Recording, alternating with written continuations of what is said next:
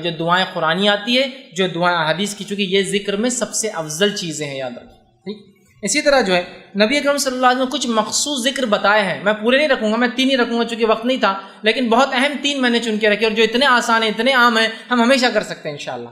کم از کم ایک ذکر کی مجلس تھی، ایک ذکر کا درس تھا، اور 3 ذکر تو سیکھ کر جائے تاکہ اس کو زندگی میں لاگو کر لیں تو ہمارے لیے فائدہ مند ثابت ہوں گا۔ آئیے وہ کون کون سے میں نے 3 ذکر چنے ہیں کہ میں آپ کے سامنے صرف فضائل بیان کرنے میں کتنے اہم اللہ کے ذکر وہ رکھ رہا ہوں، ورنہ بہت سارے اور بھی دعائیں ہیں۔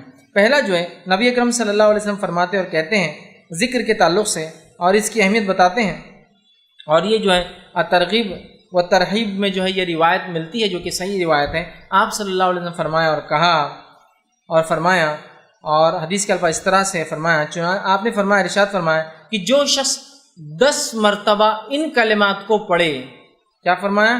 جو شخص ان کلمات کو 10 مرتبہ پڑھتا ہے، وہ کلمات کیا ہے؟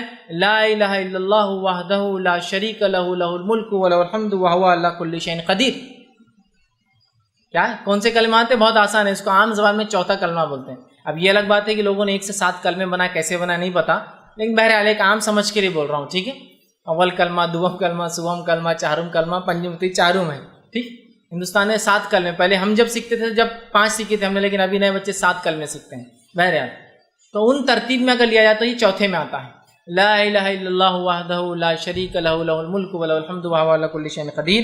تو آپ فرماتے اور کہتے ہیں کہ آپ نے فرمایا کہ جو شخص اس کلمے کو 10 مرتبہ پڑھتا ہے، ٹھیک ہے، لا الہ الا اللہ وحدہ لا شریک لہ، کہ اللہ جو ہے لا الہ، اللہ کے سوا کوئی معبود برحق نہیں، وہ ایک ہے، اس کا کوئی شریک نہیں، ٹھیک ہے۔ اس کے الفاظ جو ہے لہ الملک ولہ الحمد، اسی کے لیے جو ہے تمام ملکیت ہے اور اسی کے لیے تمام تعریفیں ہیں، وہو علی کل شیء قدیر، اور وہ تمام چیزوں پر قادر ہے، ٹھیک ہے، ٹھیک ہے۔ یہ اس کا ترجمہ ہے۔ جو شخص اس کو 10 مرتبہ پڑھتا ہے دن میں، آپ سے فرماتے ہیں اس کا ثواب ایسے ہے گویا اس نے بنی اسماعیل میں سے 4 غلاموں کو آزاد کیا۔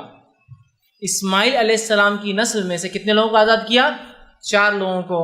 اور آپ کو پتہ ہے کہ آدم علیہ السلام سے لے کر نبی اکرم صلی اللہ علیہ وسلم تک اسماعیل علیہ السلام کی جو نسل کا تذکرہ کیوں آ رہا ہے؟ آدم علیہ السلام سے لے کر نبی اکرم صلی اللہ علیہ وسلم تک آپ نے فرماتے ہیں اس نسل میں کسی نے بھی زنا نہیں کیا، کیونکہ انبیاء جو ہوتے سب سے پاکیزہ نسل میں پیدا ہوتے ہیں، سمجھے؟ مشرک گزرے ہیں وہ ایک الگ چیز ہے، لیکن کوئی جو ہے زنا نہیں کیا، مطلب ولد الزنا یا زنا کی اولاد یا زنا نہیں کیا کسی، اتنی پاکیزہ نسل ہے یہ، آدم علیہ السلام سے لے کر اسماعیل علیہ السلام، اسماعیل علیہ السلام سے لے کر رسول اللہ صلی اللہ علیہ وسلم تک، سمجھ رہے آپ؟ تو کہا اس نے بنی اسماعیل میں سے 4 غلام آزاد کیے۔ غلام آزاد کرنا بہت اجر ثواب کام ہے۔ کیا کرنا ہے آپ کو؟ لا الہ الا اللہ وحدہ لا شریک لہ لہ الملک ولہ الحمد وہو علی کل شیء، 10 مرتبہ پڑھنا ہے دن۔ تو کیا کیا آپ نے؟ بنی اسماعیل میں سے 4 غلام آزاد کر دی، صرف 10 مرتبہ کلمے کو پڑھنا ہے۔ کتنے فضائل اندازہ لگا۔ دوسری فضیلت جو ہے ایک اور ذکر کی جو میں آج رکھ رہا ہوں، ویسے بہت ہے لیکن 3 میں نے چنے ہیں صرف۔ دوسری فضیلت والا ذکر ہے جو بہت آسان ہے، ہم سب کر سکتے ہیں، وہ یہ ہے جو کہ ترغیب و تہذیب، اسی میں جو یہ صحیح روایت ہے، بہت مشہور اور معروف روایت ہے کہ آپ صلی اللہ علیہ وسلم نے فرمایا جو شخص نماز کے بعد 33 مرتبہ الحمدللہ، 33 مرتبہ سبحان اللہ، 33 مرتبہ اللہ اکبر کہتا ہے اور آخر میں یہ کہتا ہے لا الہ الا اللہ وحدہ لا شریک لہ لہ الملک ولہ الحمد وہو علی کل شیء قدیر، وہی جو میں نے اس سے پہلے رکھا۔ تو 33 بار جو ہے اس شخص نے جو ہے الحمدللہ کہا، 33 بار سبحان اللہ کہا، 33 بار اللہ اکبر کہا، اور اس کے آخر میں یہ کہا، چونکہ 33 اور 33 ہو گئے 99 اور آخر میں 100 کی گنتی پوری کر دی، یہ کہہ کر کہ لا الہ الا اللہ وحدہ لا شریک لہ لہ الملک ولہ الحمد وہو علی کل شیء قدیر۔ تو آپ فرماتے اور کہتے ہیں جب یہ کہتا ہے تو آپ سے فرماتے ہیں کہ جو ہے اس کے فائدہ یہ ہے تو اس کے سارے گناہ معاف کر دیے جاتے ہیں، گویا اگر اس کے گناہ سمندر کے جھاگ کے برابر بھی ہو تو۔ ایک روایت نے فرمایا یہ پڑھنا غلام آزاد کرنے سے زیادہ بہتر ہے، ایک روایت فرمایا اس کے پڑھنے سے 10 نیکیاں ہر اس پہ ملتے ہیں، مطلب اس کو 1000 نیکیاں ملتی، 100 بار پڑھا نا، 100 پڑھنے پہ اس کو 1000، 10 ہر اس پہ 10 تو 1000 نیکیاں ملتی ہے، 1000 گناہ معاف کر دیے جاتے ہیں۔ یہ فضائل اتنا آسان ہے نا کہ سارے گناہ حتیٰ کہ سمندر کے جھاگ کے برابر گناہ ہو، کتنے کثرت سے سب معاف کر دیا جاتے، صرف ہر نماز کے بعد 33 مرتبہ 33 مرتبہ 33 مرتبہ الحمدللہ سبحان اللہ الحمدللہ اور اللہ اکبر کہہ دے، اس کے سارے گناہ معاف۔ اور یہ گناہ صغیرہ ہوتے ہیں، یاد رکھیں، کبیرہ کے لیے توبہ ضروری ہوتی ہے۔ کتنے فضائل ہیں۔ تیسری چیز جو میں نے جو بہرحال آج کے لیے چنی ہے وہ یہ ہے، اور بہرحال ایک اور ہے، 4 میں نے وہ کی ہے۔ تیسری چیز جو چنی ہے وہ بھی بڑی آسان ہے، بہت آسانی سے ہم کر سکتے ہیں اور سب کو یاد ہے۔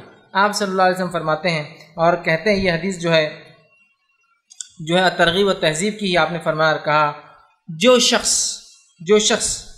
ٹھیک ہے یہ پڑھے جو ہے لا حول ولا قوت الا باللہ، حدیث کا الفاظ اس لیے ہے قل لا حول ولا قوت، جو شخص اس کا وظیفہ کرے لا حول ولا قوت الا باللہ فانہ کنز من کنوز الجنہ، یہ حدیث کے الفاظ ہے قل لا حول ولا قوت الا باللہ فانہا کنز من کنوز الجنہ، کہ جو شخص لا حول ولا قوت الا باللہ یہ پڑھیں گا تو یہ جنت کے خزانوں میں سے ایک خزانہ ہے۔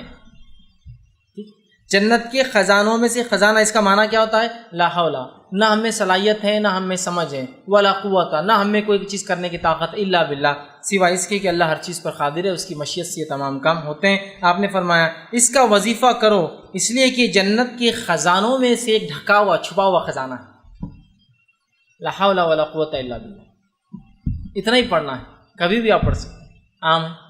چوتھا جو ایک حدیث جو صحیح بخاری کی ہے، اور صحیح بخاری کی آخری حدیث ہے، یہ لاسٹ، ٹھیک ہے، حدیث کے الفاظ دیکھیے کیا ہے، کلمتان حبیبتان الی الرحمن، 2 کلمے ایسے ہیں جو رحمان کو بڑے پسند ہیں، خفیفتان علی اللسان، بہت آسان ہے انسان کی زبان پہ، بڑے ہلکے ہوتے زبان کے اعتبار سے، ثقیلتان فی المیزان، لیکن بہت وزنی بھاری ہوں گے روز قیامت میزان کے اندر، سبحان اللہ وبحمدہ وسبحان اللہ العظیم۔